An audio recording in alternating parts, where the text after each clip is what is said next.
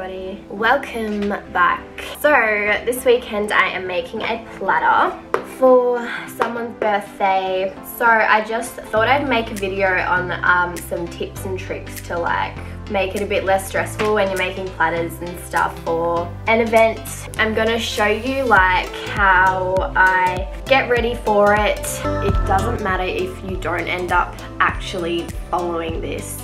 It's just so that you don't freak out when you're starting to put everything down because you have no idea what you're doing. I usually get inspiration off like Pinterest and all that, but it's kind of hard to just have the Pinterest photo when you're doing your own platter. Unless you're actually trying to make that platter, you wouldn't have all those ingredients to make it. So drawing up is really good because it's actually the stuff you're gonna buy. I put these two cob loaves here because definitely going to be on the platter, and they're pretty big, so they're kind of going to be centerpiece things, and they need room around them because they're going to have the bread to dip in there. All of these boards I want on a different level. They're going to be all the meat and stuff. Oh yeah, I'm doing meat because obviously it's for someone else, not myself. So those are the first things that I put on there, and then there's going to be like a tower of honey joys.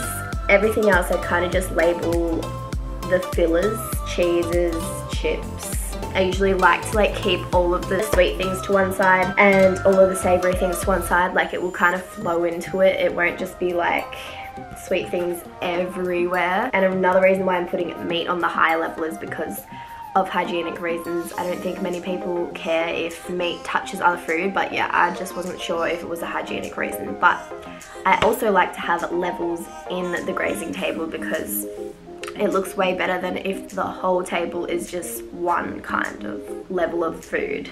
There needs to be like height to make it like interesting. It just looks way better. So yeah, once I knew that everything on my shopping list pretty much had a place and I can fit everything in there, not missing anything, then I'm ready to go shopping. I don't think I'll take you guys grocery shopping because that will make the video really, really long. You'll see what I get when I put it on the platter anyway. So yeah, so I'm gonna start preparing the stuff now here so I can take it in containers all prepared and it'll just all be ready. So first thing I'm going to do is just start with an easy one and cut this watermelon into slices.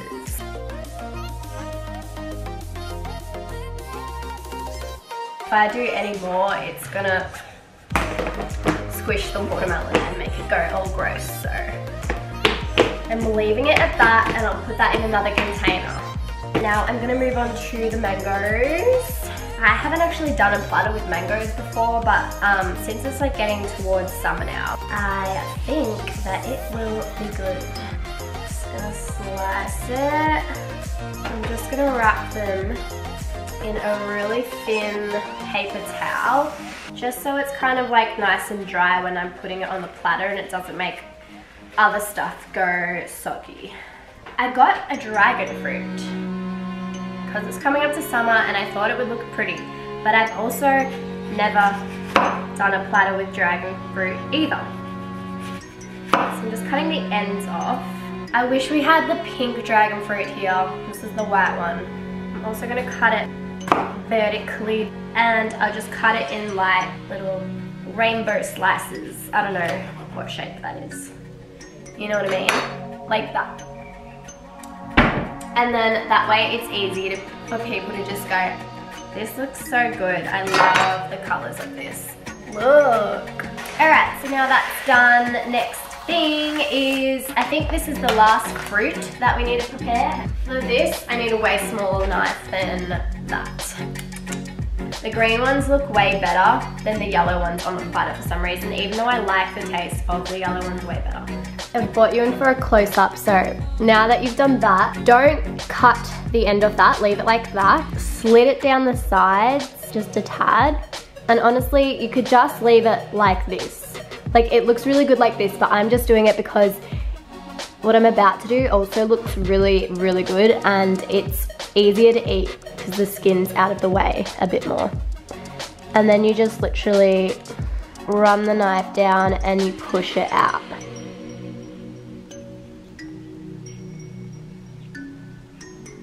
And then it's like that. So for now I'm just gonna like fold them back up and I'm gonna put them with their other halves in the container. If you don't know how to do this other thing, then you just go like this. Also, if you're gonna do the skin thing, the second step that I just showed you, try and make these little points, triangle thingies, a little bit wider or bigger, because that will make it easier for you than if you were to do it like really, really skinny and fine and a lot of these. Just connect all of the lines in a zigzag motion and all the way through to the other side. Like I'm making sure that it hits the other side. Ta-da! And then so yeah, I'll do the skin thing on this again and I'll put it back together. Wow, if I can find. And I'll pop it in the container like a whole kiwi, but it will already be prepared when I take it apart. So the kiwis are all done now. And I've just got like some paper towel in there just so that they don't like fall onto each other and get all wet and soggy and stuff. Yeah, just try and keep everything as dry as possible. And that's why I'm gonna wash the grapes now as well and leave them out to dry. Okay, so after you wash them, just put them onto some paper towel and leave them to dry. Like you can like dab them a bit too. I'm leaving those small ones whole, but these bigger ones over here, they're like too big and they have weird things on them that I'm just gonna cut off anyways. All right, got everything drying here. And now it's time to cut up the celery and carrot sticks. So the first thing I do is get all of my boards out, and also we found a little glass tier thing, so we were going to put the honey joys on there. And I also put the bread cob loaves there because they weren't made yet, so I just needed to get the positioning right. And then I pretty much just start putting anything that can go out. I just kind of start with a few savory things first, Doritos and salsa, just because I know that that's what I want to do with them. I'm waiting till like the last minute. Like the last minute to put the meats and stuff on. They're in the fridge. Like I'm getting the cheese out because they needed to be room temperature anyway. Okay, also I try to put like stuff in piles everywhere. Like I group them together but in like piles scattered around the place.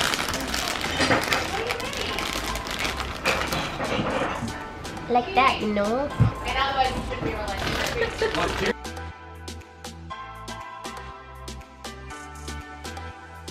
Now that I've finished the sweets, I'm gonna fill it with pretzels to like fill in the gaps over here, you know? I was like, I'm not gonna get many sweets. Liar. I remember you saying that. Lol. It's perfect. Whoopsie. And it's like fighting.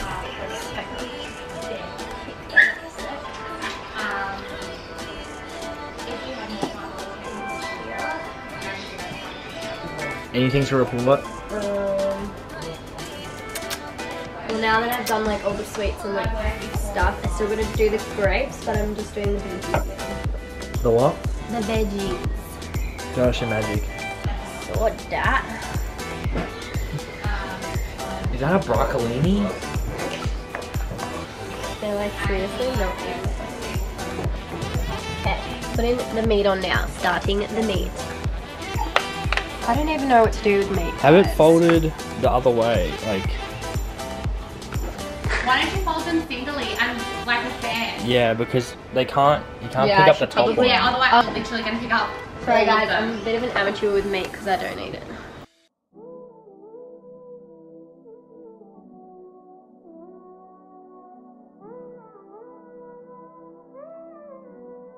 Laying this out like this.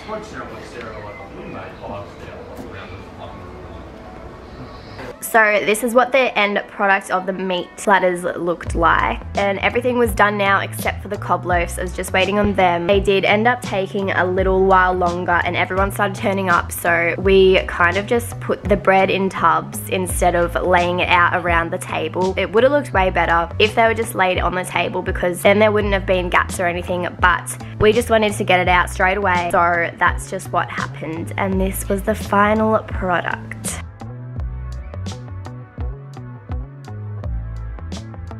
Alright guys, thank you so much for watching. That is all for the video. I hope you guys liked it. I hope it helps you out when you're making your grazing table. Remember to like and subscribe, and I will see you in the next one.